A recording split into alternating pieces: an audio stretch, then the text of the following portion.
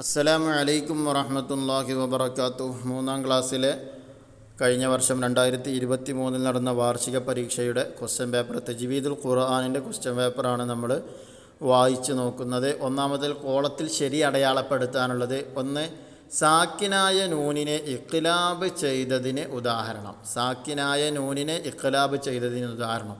അപ്പോൾ സുക്കൂനുള്ള നൂന് വേണം, ശേഷം ഇഖ്ലാബിൻ്റെ അക്ഷരം ബാ വേണം. അതേതാണെന്ന് തിരഞ്ഞാൽ മതി.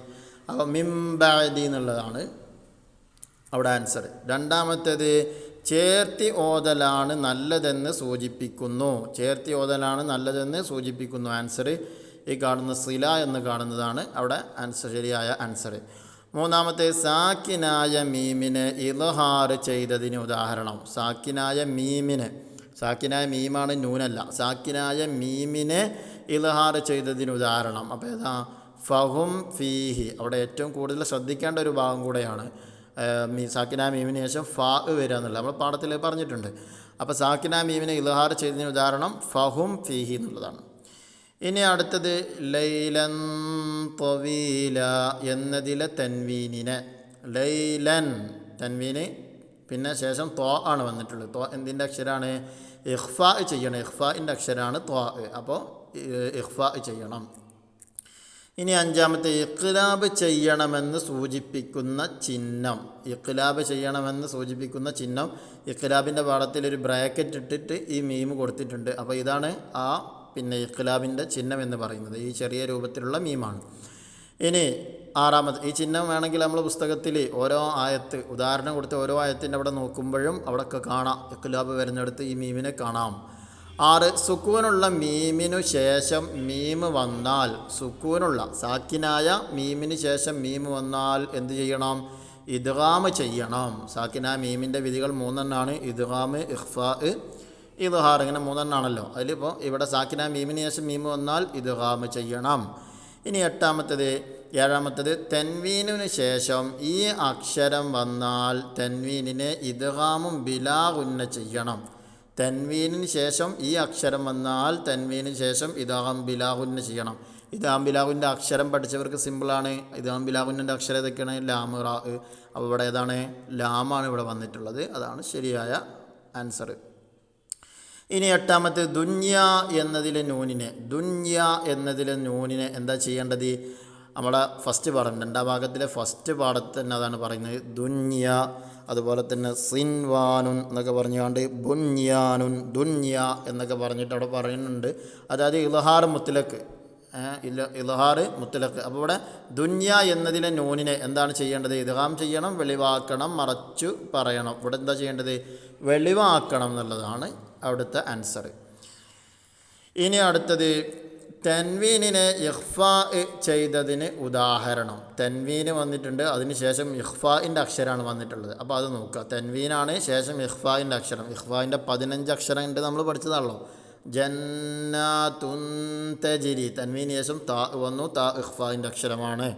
അടുത്ത 10, സാക്കിനായ മീമിനെ ഇദ്ഗാം ചെയ്തതിന് ഉദാഹരണം.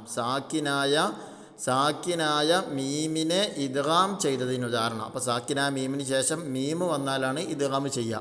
സാക്കിനായ മീമിന് ശേഷം മീമ് വന്നാലാണ് ഇദ്ഗാം ചെയ്യുക. അപ്പോൾ നോക്കിയാൽ മതി. അത്അമഹും മിൻ ജൂഅ്, ഇവിടെ സാക്കിനായ മീമിന് ശേഷം മീമ് വന്നു. ഇനി അടുത്ത് ചേരുമ്പടി ചേർക്കുക. 1, കുഫുവൻ അഹദ്. എന്താ അതിനോട് യോജിച്ചത്? ഡി ആണ് അതിനോട് ചോദിച്ചത്. തൻവീനിന് ശേഷം ഇൽഹാർ ചെയ്തു, തൻവീനിനെ ഇൽഹാർ ചെയ്തു. കുഫുവൻ എന്നുള്ള വാവിൻ്റെ തൻവീനെ അഹദ് ഹംസയാണ് വന്നിട്ടുള്ളത്.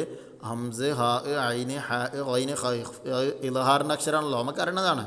ഇനി അടുത്തത് ഷജറത്തിൻ മുബാറക. അവിടെ തൻവീനിന് ശേഷം മീമ വന്നിട്ടുള്ളത്. അപ്പോൾ എന്താ ആൻസർ സി ആണ്. തൻവീനിനെ ഇദ്ഗാം ബിഗുന്ന ചെയ്തു. കാരണം അവിടെ തൻവീനിന് ശേഷം മീമാണ് വന്നിട്ടുള്ളത്. മീമ് ഇദ്ഗാം ബിഗുന്നയുടെ അക്ഷരമാണ്. നൂന്, വാവ്, യാ, മീമ്, അതാണല്ലോ ഇദ്ഗാം ബിഗുന്നയുടെ അക്ഷരം. അടുത്തത് ഹയ്യതുൻ തസ്ആ, ആൻസർ ബി ആണ്. തൻവീനിനെ ഇഖ്ഫാ ചെയ്തു. അടുത്തത് സമീഉൻ ബസീർ, അവിടെ എന്താ ആൻസർ ആണ്? തൻവീനിനെ ഇഖ്ലാബ് ചെയ്തു. കാരണം തൻവീനിന് ശേഷം ബാ ആണ് വന്നിട്ടുള്ളത്, അവിടെ ഇഖ്ലാബ് ചെയ്തു. ഇനി അടുത്തത് പൂരിപ്പിക്കുക എന്നുള്ളതാണ്. എന്താ പൂരിപ്പിക്കാൻ? 15-ാമത്തേത് സക്ത എന്നാൽ ശ്വാസം ഡാഷ് അല്പം അടക്കലാണ്. ശ്വാസം വിടാതെ അല്പം അടക്കലാണ്. അതിനാണ് എന്തെന്ന് പറയുക? സക്ത എന്ന് പറയുന്നത്. അത് നമ്മുടെ പാഠത്തിൽ പിന്നെ വഖഫിൻ്റെ അടയാളങ്ങൾ പറഞ്ഞിട്ടുണ്ട്. അതായത് 10-ാമത്തെ പാഠത്തിൽ അലാമത്തുൽ വഖഫ് എന്ന് പറയുന്ന പാഠത്തിൽ ആ കോളത്തിൽ കൊടുത്ത അവസാനത്തെ സീന് കാണാം. ആ സീനിൻ്റെ വിശദീകരണമായിട്ട് കാണാം സക്ത ശ്വാസം വിടാതെ അല്പം അടങ്ങണം എന്നുള്ളത്. അതാണ് അവിടെ പൂരിപ്പിക്കാൻ ചോദിച്ചിട്ടുള്ളത്. ഇനി അടുത്തത് 16-ാമത്തെ സാക്കിനായ മീമിന് ശേഷം ഫാ വന്നാൽ മീമിനെ, സാക്കിനായ മീമിന് ശേഷമാണ്, ശ്രദ്ധിക്കണം, സാക്കിനായ നൂനാണ് തൻവീനാണെന്ന് വിചാരിക്കരുത്. സാക്കിനായ മീമിന് ശേഷം ഫാ വന്നാൽ മീമിനെ എന്ത് ചെയ്യണം? ഇദ്ഹാർ ചെയ്യണം. സാക്കിനായ മീമിന് ശേഷം ഫാ വന്നാൽ ഇദ്ഹാർ ചെയ്യണം. 17 സാക്കിനായ നൂനിനു ശേഷം സ്വാദ് വന്നാൽ നൂനിനെ, സാക്കിനായ നൂനിന് ശേഷം സ്വാദ് വന്നാൽ നൂനിനെ ഇഖ്ഫാ ചെയ്ത് ഓതണം. ഇഖ്ഫാ ചെയ്ത് ഓതണം. അടുത്ത 18 തൻവീനിൻ്റെ ശേഷം ഡാഷ് വന്നാൽ തൻവീനിനെ ഇഖ്ലാബ് ചെയ്ത് ഓതണം. തൻവീനിന് ശേഷം ബാ വന്നാൽ, ഇഖ്ലാബിൻ്റെ അക്ഷരം ബാ മാത്രമേ ഉള്ളൂ, അപ്പോൾ ബാ വന്നാൽ ഇഖ്ലാബ് ചെയ്ത് ഓതണം. 19 സാക്കിനായ മീമിനു ഡാഷ് വിധികളുണ്ട്. എത്ര വിധികളുണ്ട്? 3 വിധികളുണ്ട്. സാക്കിനായ മീമിന് 3 വിധികളുണ്ട്. ഇനി അടുത്തത് ഒറ്റ വാക്കിൽ ഉത്തരമെഴുതുക. 20 ബുൻയാനുൻ എന്നതിലെ നൂനിനെ ഇദ്ഹാർ ചെയ്യുന്നതിൻ്റെ വിധി എന്ത്? ആൻസർ നിർബന്ധം. 1-ാമത്തെ പാഠത്തിൽ പറഞ്ഞിട്ടുണ്ട്, നിർബന്ധമാണ് അവിടെ ഇദ്ഹാർ ചെയ്യേണ്ടത്. ഇനി 21-ാമത്തേത് തൻവീനിന് ശേഷം ഏത് അക്ഷരങ്ങൾ വന്നാലാണ് ഇദ്ഗാം ബിലാ ഗുന്ന ചെയ്യേണ്ടത്? തൻവീനിന് ശേഷം ഏത് അക്ഷരങ്ങൾ വന്നാലാണ് ഇദ്ഗാം ബിലാ ഗുന്ന ചെയ്യേണ്ടത്? ഇദ്ഗാം ബിലാഇന്ന അക്ഷരങ്ങൾ ലാം റാ, ആ 2 അക്ഷരങ്ങൾ വന്നാലാണ്. ഇനി 22 അമ്പതക്കും എന്നതിലെ സാക്കിനായ നൂനിൻ്റെ വിധി എന്ത്? അമ്പ, സാക്കിനായ നൂനിന് ശേഷം ബാ വന്നു, ബാ ഇഖ്ലാബിൻ്റെ അക്ഷരമാണ്. സാക്കിനായ നൂനിന് ശേഷം ബാ വന്നാൽ ഇഖ്ലാബ് ചെയ്യണം. അടുത്ത മാ സജ്ജാജ എന്നതിലെ തൻവീനിനെ എന്തു ചെയ്യണം? തൻവീനിനെ എന്ത് ചെയ്യണം? മറച്ചു മണിക്കണം അഥവാ ഇഖ്ഫാ ചെയ്തു ഓതണം. തൻവീന് ശേഷം താ ആണ് വന്നിട്ടുള്ളത്, അപ്പോൾ മറച്ചു മണിക്കുക അല്ലെങ്കിൽ ഇഖ്ഫാ ചെയ്ത് ഓതണം എന്ന് എഴുതി കൊടുക്കുക. 24 മിൻ ളരീഅ് എന്നതിലെ സാക്കിനായ നൂനിൻ്റെ വിധി എന്ത്? സാക്കിനായ നൂനിന് ശേഷം വന്ന അക്ഷരം ഏതാണെന്ന് നോക്കുക. ലോദ്. ലോദ് ഏതിൻ്റെ അക്ഷരമാണ്? പിന്നെ ഇഖ്ഫായിൻ്റെ അക്ഷരമാണ്. അപ്പോൾ ഇഖ്ഫാ ചെയ്ത് ഓതണം. അവിടുത്തെ വിധി എന്താണ്? ഇഖ്ഫാ ആണ് അവിടുത്തെ വിധി. ഇനി ഒറ്റ വാചകത്തിൽ ഉത്തരം എഴുതുക. 25 ഖിൻവാനുൻ എന്നതിലെ സാക്കിനായ നൂനിനെ ഇദ്ഗാം ചെയ്യരുത്. കാരണം, സാക്കിനായ നൂനിനെ ഇദ്ഗാം ചെയ്യരുത് കാരണം എന്താ?